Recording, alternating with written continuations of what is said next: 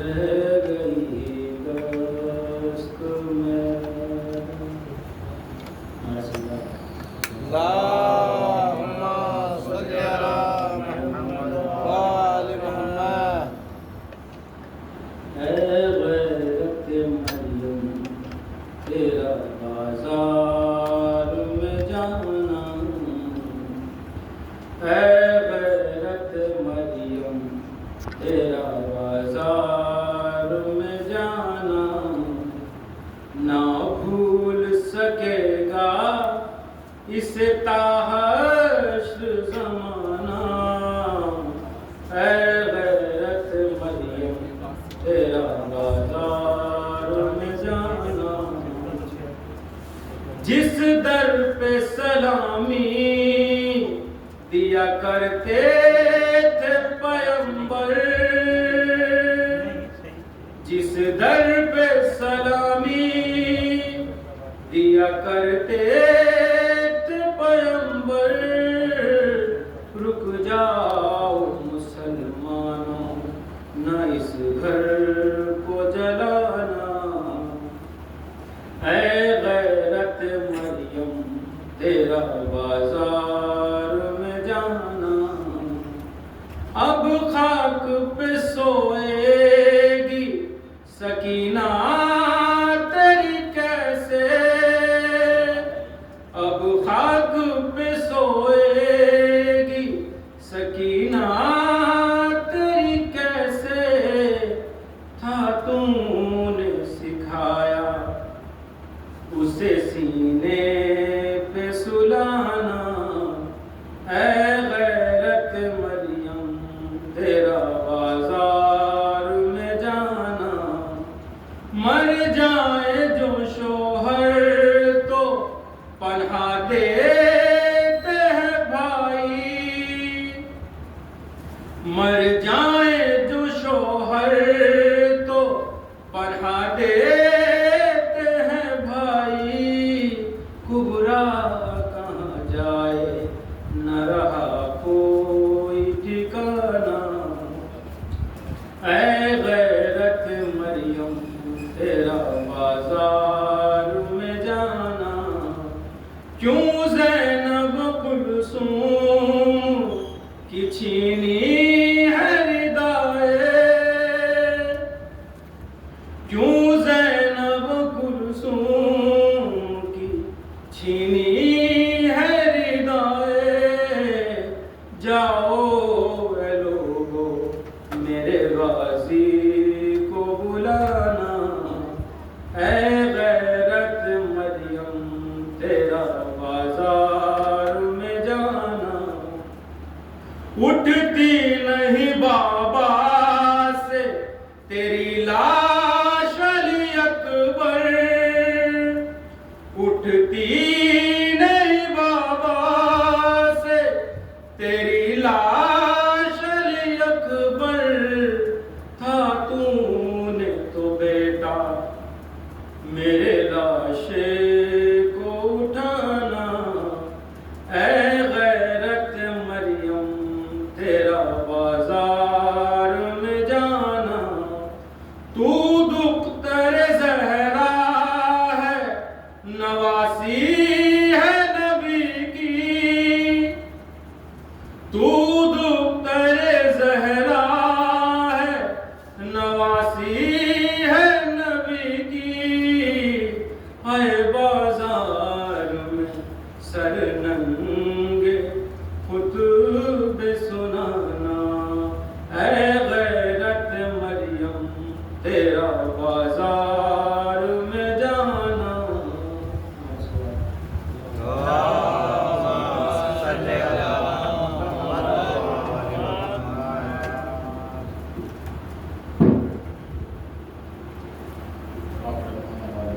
اللہم صلی علی محمد وآل محمد.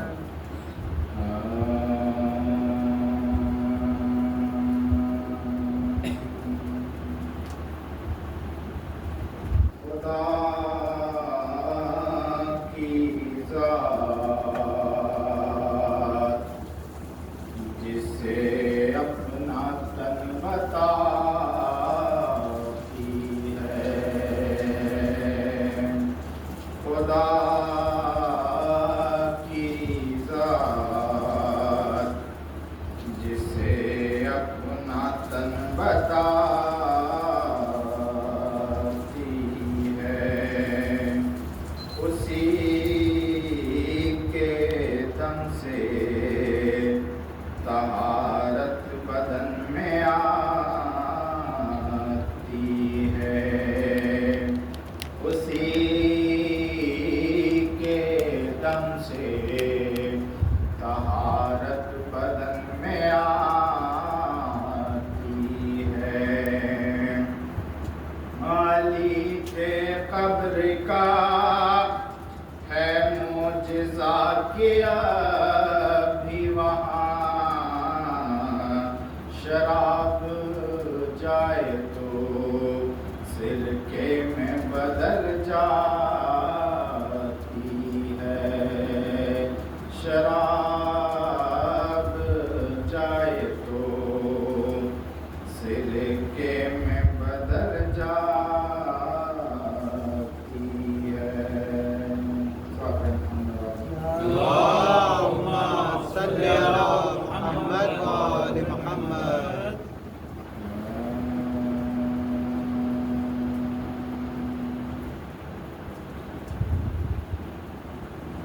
بھیا زندان سے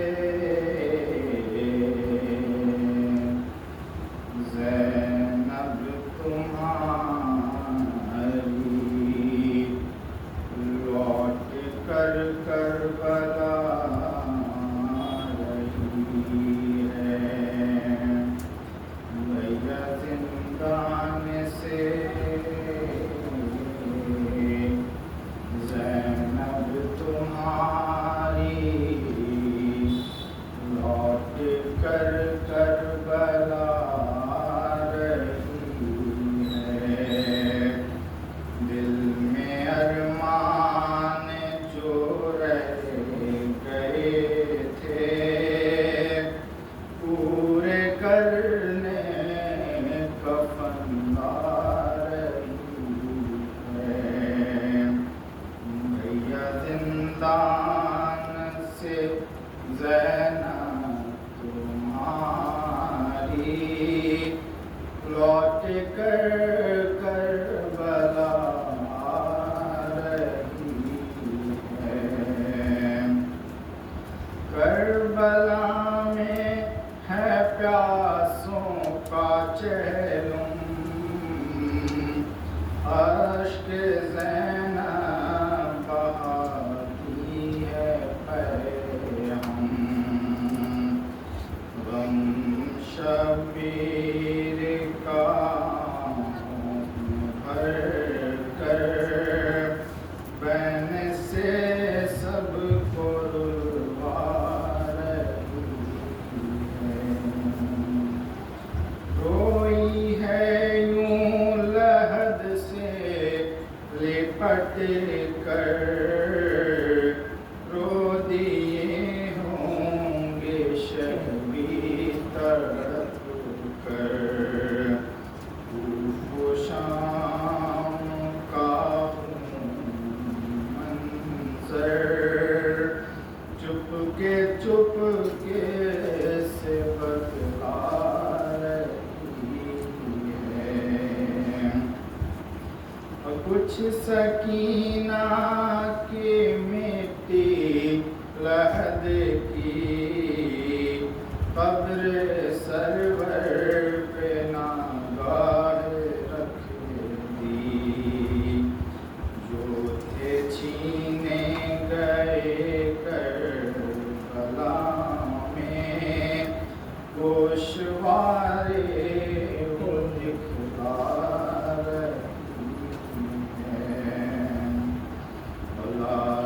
اکبر پہ کہتی تھی مادر بعد تیرے ہوئے ہم پورے سر تیرے بن اب نہ میں جی سکوں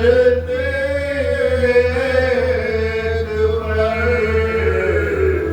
پر گھٹنیوں کے بل میں تیری لاش تک آئی حسین آج بھی زینب کی آتی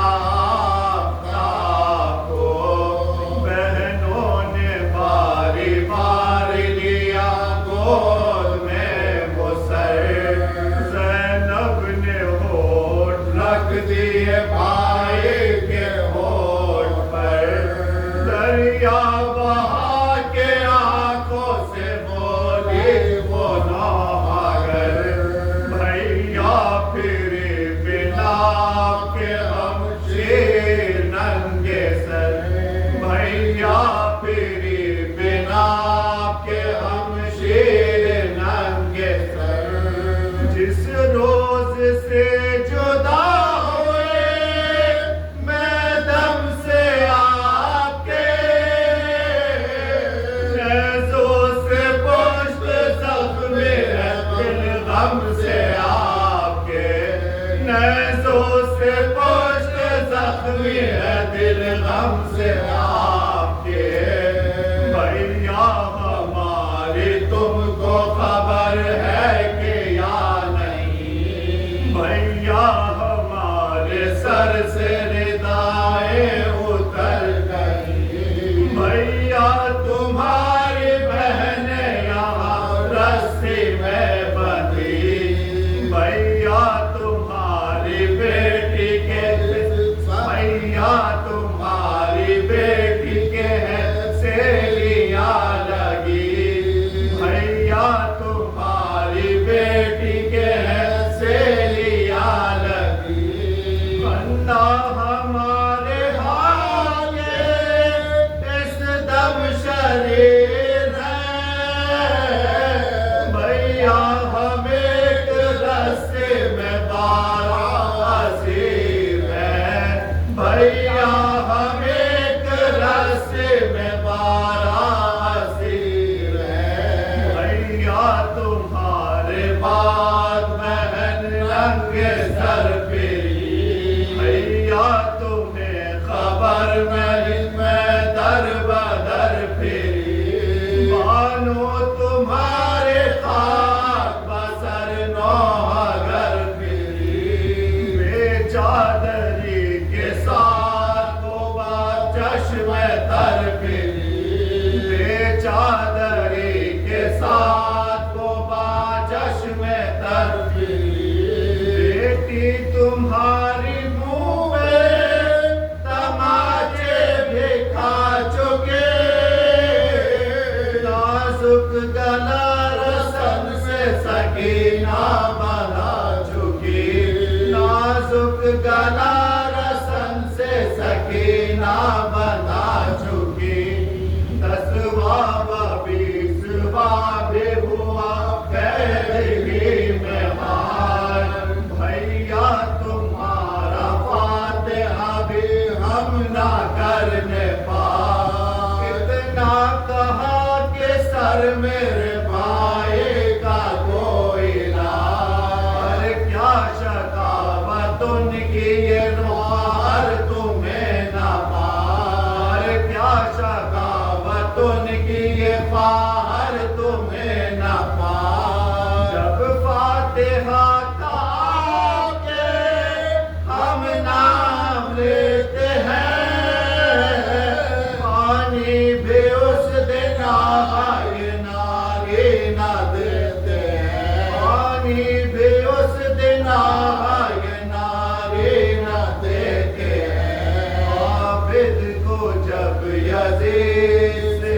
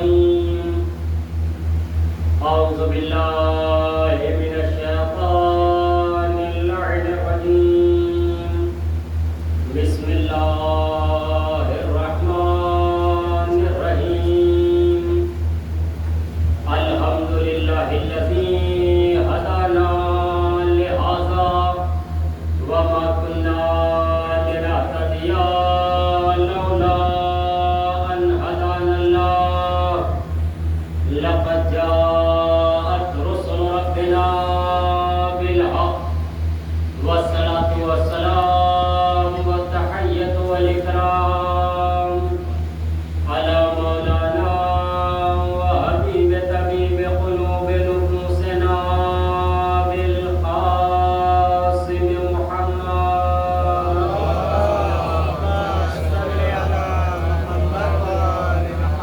ثم الصلاة والسلام والتحية والإكرام على نبينا وآل نبينا ولعنة الله على أعدائهم أجمعين من الآن إلى يوم قيام يوم الدين أما بعد فقد قال الله سبحانه وتعالى في كتابه الأعلى بسم الله الرحمن الرحيم إن أكرمكم عند الله أتقاكم صلوات محمد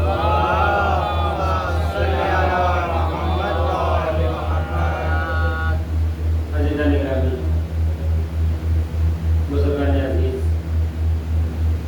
پروردگار عالم اپنی بابرکت اور متبرک کتاب قرآن کریم کے 49ویں سورہ حجرات کی 13ویں آیت میں ارشاد فرما رہا ہے ان اکرمکم عند اللہ اتقاکم کہ بے شک اللہ کے نزدیک سب سے کریم اور سب سے بافضیلت انسان وہ ہے جو سب سے زیادہ پرہیزگار ہے۔ قرآن کریم پروردگار عالم کی وہ عظیم کتاب ہے کہ جس میں ہر طرح کا قاعدہ ہر طرح کا قانون بیان کر دیا گیا ہے، یہاں تک کہ ارشاد ہو رہا ہے لا رتب ولا یابس الا فی کتاب مبین کہ کوئی خوش پتہ ایسا نہیں ہے جس کا ذکر اس پروردگار عالم کی کتاب میں نہ کیا گیا ہو۔ خداوند عالم نے مالک کائنات نے انسان کو اس کائنات میں بھیجا اور بھیجنے کے بعد تمام تر ضوابط تمام تر قوانین یا جو بھی چیزیں انسان کے کام آنے والی تھیں خداوند عالم نے اس کا اہتمام اور انتظام کر دیا۔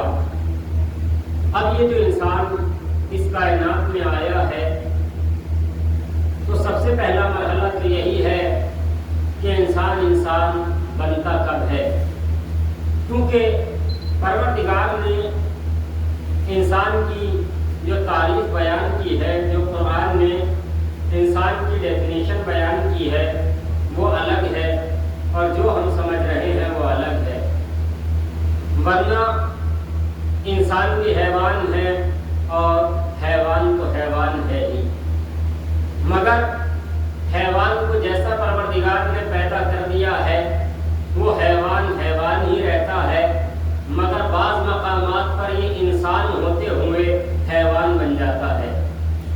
ایسا بہت سارے مقامات پر دیکھا گیا ہے کہ یہ انسان حیوان والی اوصاف اپنے اندر پیدا کر لیتا ہے۔ ہر انسان کو پروردگار عالم نے جب خلق کیا تو خلق کرنے کے بعد سب سے پہلی چیز تو پروردگار عالم نے یہ بتائی کہ ہم نے بہت ساری مخلوقات اس کائنات میں بنائی ہیں اور انسانوں سے زیادہ بہت ساری مخلوقات پروردگار کی ہیں۔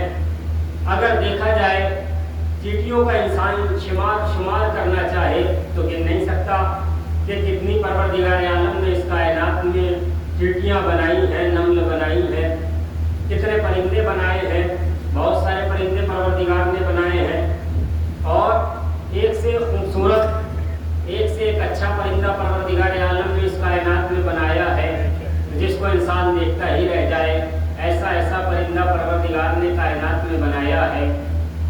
طاقتور چیزیں بھی خداوند عالم نے بہت بنائی ہیں، آپ انسان سے زیادہ دیکھ لیں ہاتھی میں کتنی زیادہ طاقت ہے، شیر کتنا بہادر ہوتا ہے، کسی سے خوف نہیں کھاتا، اس کے علاوہ کتنا وزن اٹھانے والے حیوانات اس دنیا میں ہیں، مگر پروردگار عالم نے اتنا بڑا زمین کا فرش بچھایا، اتنا بڑا آسمان کا شامیانہ لگایا، لاکھوں کروڑوں انگنت بے شمار درخت بنائے، اتنے بڑے بڑے سمندر بنائے، اور ان میں پروردگار عالم نے آب حیات انسان کے لیے رکھ دیا۔